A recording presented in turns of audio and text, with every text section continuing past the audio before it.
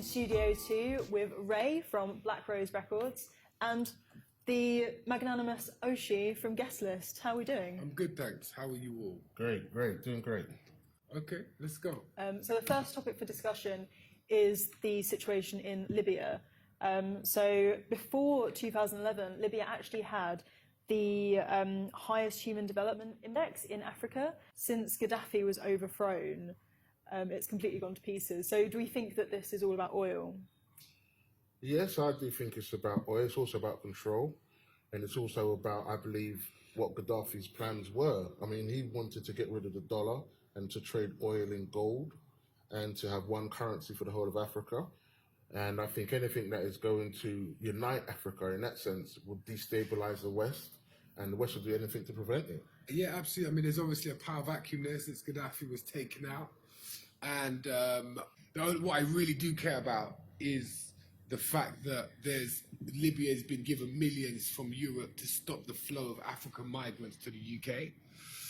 Obviously, a lot of that money's gone into detention centres. There's a lot of corruption. As you can see, there's been slave auctions. And I think everybody needs to keep an eye on what's going on in Libya. If there's lawlessness there, it's definitely not good for people from sub-Saharan Africa that are trying to get to the UK and are being kept there, you know, at the behest of Libya and Europe working together. Yeah, I mean, it's the same situation repeated time and time again. I mean, you have what the West would describe as a dictatorship, when they have somebody in power who they don't particularly believe should be in power, and you've always had coups carried out and this sort of thing to take people out of power who is not serving the West political interests.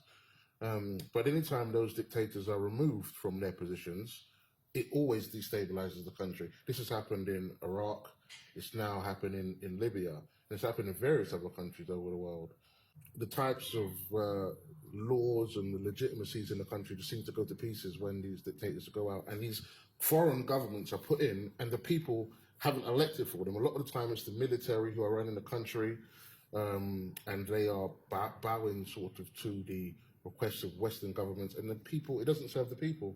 And this is what is causing the uprisings and this sort of thing, and it's continuing. What do you think we could do to help the people in Libya?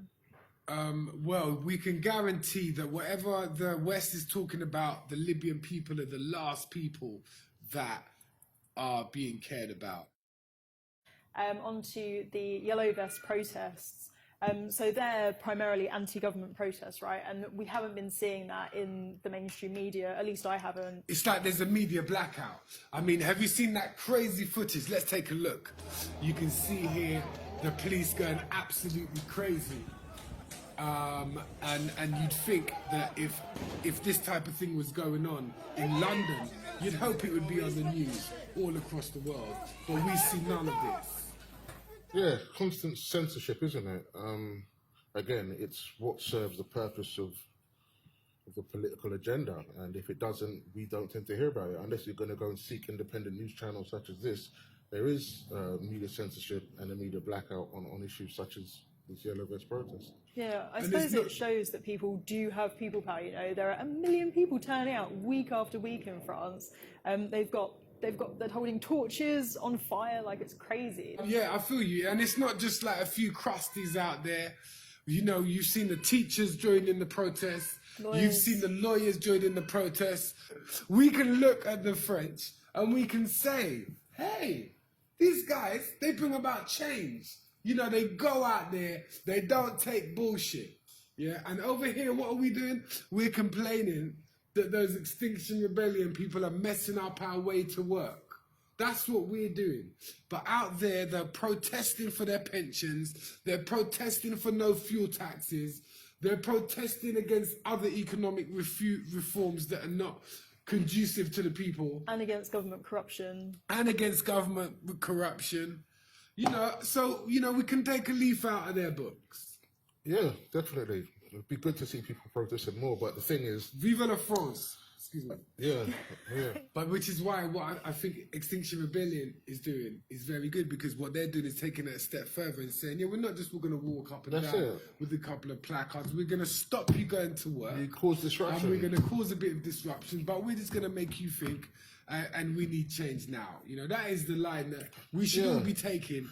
We need change now. That is the issue that comes up with most protests, is that, like with Occupy Wall Street, they didn't have a solution. It wasn't, okay, we've got your attention, now we want to do this. It was just, there was nothing there. So with Extinction Rebellion, they do actually have a plan. They want to have citizens' assemblies, which would be a way of actually getting citizens to have power. And You actually spoke to Roger Hallam, didn't you? I did indeed, yeah, a very interesting guy. I'd be interested to know what your vision of society would be, kind of following greening the economy and making everything more eco-friendly and sustainable. The positive vision that comes out of the climate crisis is that we can transition to a sort of society where we focus on these things rather than consuming more and more stuff that is going to take, our children to their deaths. But we all sort of sense that our society is slightly mad, and it'd be a lot better if you had more time for our relationships and what have you. And that's the vision that Extinction Rebellion broadly is suggesting to us. So maybe you won't be able to fly 10 times a year, but maybe you'll get to know the people down the road instead. Yeah, a very interesting guy, very controversial. He keeps on mentioning things that then get him attacked. But he's really passionate and really believes in what he's doing, very impatient as well, which I think you need to start a big movement like XR. So on that vein of Extinction Rebellion, climate change, we've got YouTube funding climate denial, it seems like. Do we think that YouTube should be responsible for providing facts on climate change? What this story is YouTube is like giving a platform to climate deniers. So basically there's loads of bullshit out there on YouTube, which has always been the case. There used to be lots of far-right bullshit. You can get indoctrinated in all kinds of ways. Yeah, but I don't think that it's YouTube's responsibility to say that they're not going to give them a platform. We have freedom of speech. Everybody's got a right to an opinion. So I don't believe in censorship, that they should sort of censor people. So you don't believe anyone should be censored? And they are a private company as well. Anyway, this is a great question. I believe that if your views and opinions are directly intended to cause offence and disrespect, then those opinions shouldn't be viewed and shouldn't be aired. But we're talking about climate change here. Or do you think people should be able to say climate change is a hoax? If that's somebody's opinion and they believe climate change is a hoax, then that's their opinion. But the facts may present a totally different picture. Okay. So I believe at the end of the day, if somebody's got an opinion, they have the right to view it and air it, as long as it's not causing anybody direct offence. But nevertheless, the facts are available also to everybody. So anybody who's educated and intelligent enough to make an opinionated, sort of decision based on the facts should be able to come to the correct conclusion. That's the problem with censorship, that as soon as you start censoring things, it means that people aren't able to see views that are outside of the box and outside of what the government wants you to think. And that is the direction that the UK and the US governments are going with censorship now. Lots of freedom of speech is being eroded, I think we're seeing. Yeah, and I believe a lot of it is being hidden behind this veil of fake news, is a way for people to sort of cast aside what they don't want to hear, and put it like, I've heard climate change a lot of the time. I mean, as recently as that Davos conference that they had. Davos, yeah.